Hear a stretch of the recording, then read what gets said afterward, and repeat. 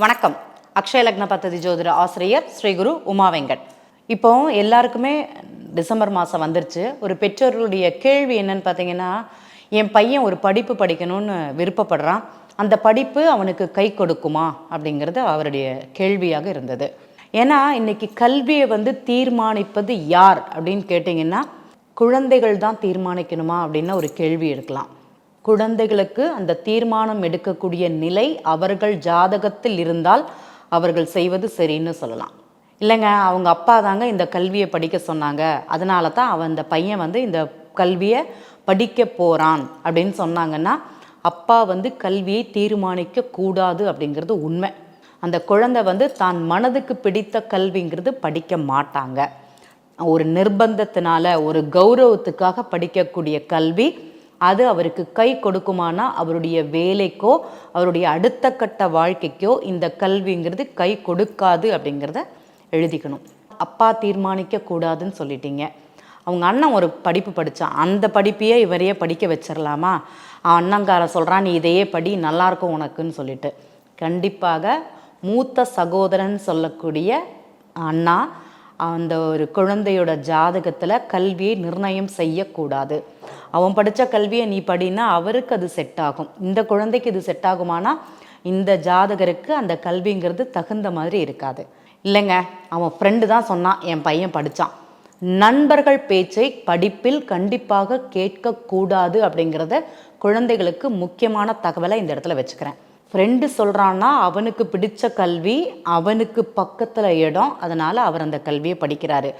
ஆனால் உங்களுக்கு அந்த கல்வி பிடிக்குதான்னு ஒரு நிமிஷம் யோசிச்சு பாருங்கள். எப்போதுமே நான் உங்கள் நண்பர்களை குற்றம் சொல்லவில்லை, படிப்பில் மட்டும் அவருடைய பேச்சை நீங்கள் கேட்க வேண்டாம் அப்படிங்கிறத இந்த இடத்துல பதிவு பண்ணிக்கிறேன்.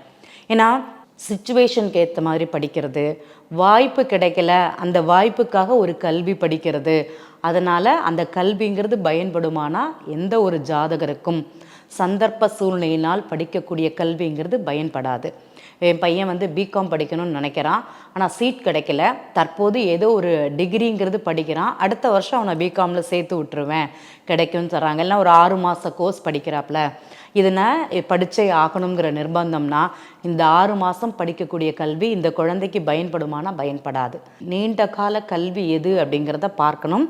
அந்த கல்வி தான் இந்த குழந்தை படிக்குதா, இது அவங்களுக்கு செட் ஆகுமான்னு தெரிஞ்சுக்கணும்.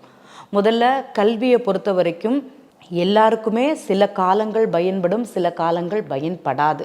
படித்த படிப்புக்கு வேலைன்னு பார்த்தீங்கன்னா எல்லாருக்குமே இருக்குமானா எல்லாருக்குமே இருக்காது. சந்தர்ப்ப சூழ்நிலையினால் ஏதோ ஒரு வேலை அப்படிங்கிறது கிடைக்கும், அதை வச்சு தான் அவங்க இன்றைய வாழ்க்கைங்கிறது நடத்தின்னு இருக்காங்க. நிறைய பேர் பார்த்திங்கன்னா அவங்க வாழ்க்கை ஓட்டத்தில் என்ன வேலை கிடைக்குதோ அதை பார்க்குறாங்க. நான் படித்தது ஒன்று, விருப்பப்பட்டு ஒரு கல்வி படித்தேன், பட் எனக்கு அந்த படிப்புக்குண்டான வேலை இல்லை, நான் ஏதோ ஒரு வேலை பார்க்குறேன். படித்த படிப்பிற்கு வேலைங்கிறது சிலருக்கு மட்டுமே, அது 100ல் 25% மட்டும்தான். பாக்கி 75% நண்பர்கள் அப்படிங்கிறவங்க ஏதோ ஒரு வேலை அப்படிங்கிறது தான் இருக்குது. படித்த கல்விங்கிறது அந்த இடத்துல பயன்படுமானா பயன்படாது. ஜஸ்ட் அது ஒரு பார்வைக்காக ஒரு பேச்சுக்காக அப்படிங்கிறது மட்டும்தான் தெரிஞ்சுக்கணும். தந்தை தீர்மானிக்க கூடாது, அம்மா தீர்மானம் பண்ணலான்னா அம்மா சொல்லக்கூடிய கல்விங்கிறது படிக்கலாம், அது லாபமாகவே அமையும் அப்படிங்கிறது உண்மை. என்னங்க என் மனைவிக்கு எதுவுமே தெரியாது, அது தத்தி, அதை என்ன சொல்ல போகுது, அதுக்கே எதுவுமே தெரியாது, நான் தான் சொல்லி கொடுத்துட்டுருக்கேன். நான் இந்த மாதிரி ஜாதகங்களை பார்த்துருக்கேன் நான். ஆனால் அவங்க சொன்னால் கரெக்டாக இருக்கும். அவங்களுடைய இந்த குழந்தையோட ஜாதகத்தில் தாய் நிர்ணயம் செய்யக்கூடிய கல்விங்கிறது கை கொடுக்கும். அதே மாதிரி ஜாதகர் ஒரு கல்வி ஏற்படுத்துகிறாருன்னு வச்சுக்கோங்களேன்.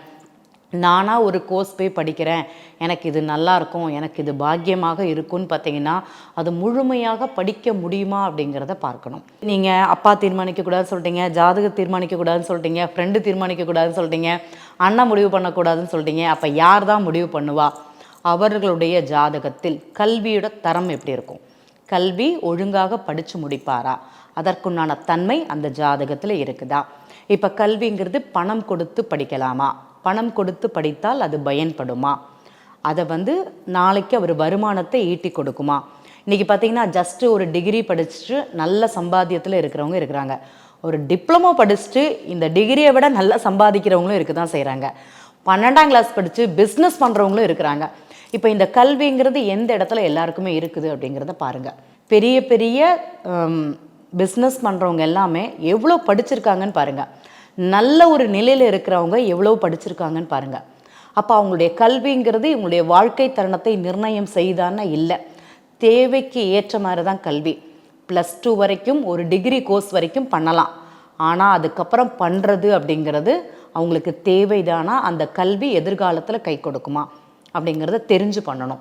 இன்றைக்கி பார்த்தோன்னா நிறைய பேர் படிப்புக்காக கடன் வாங்கி வெளிநாட்டில் போய் படிக்கிறேன்னு கடன் வாங்கி நிறைய பெற்றோர்கள் அந்த குழந்தை படித்து முடித்து வந்ததுக்கப்புறமே அந்த கடனை அவங்க கட்ட மாட்டேங்கிறாங்க, அந்த பெற்றோர்கள் தான் இருந்து கட்டுறாங்க.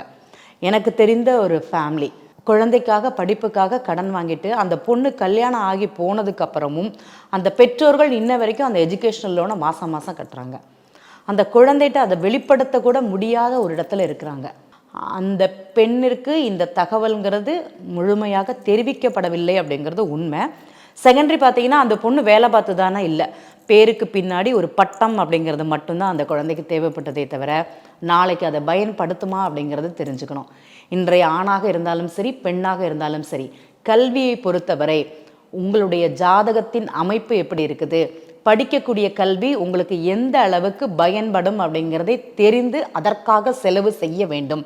எதற்காக இந்த தகவல்னா, இப்போ டிசம்பர் மாதம் வரப்போகுது, அடுத்தது இந்த மார்ச் மாதம் எக்ஸாம் முடிச்சுட்டு அடுத்தது எல்லாமே +1 +2 டிகிரி சேர்க்கக்கூடிய ஒரு காலங்களில் இருக்காங்க. அந்த பெற்றோர்கள் கேட்ட கேள்விக்கு தான் இந்த இடத்துல நான் பதிவுங்கிறத பண்ணுறேன்.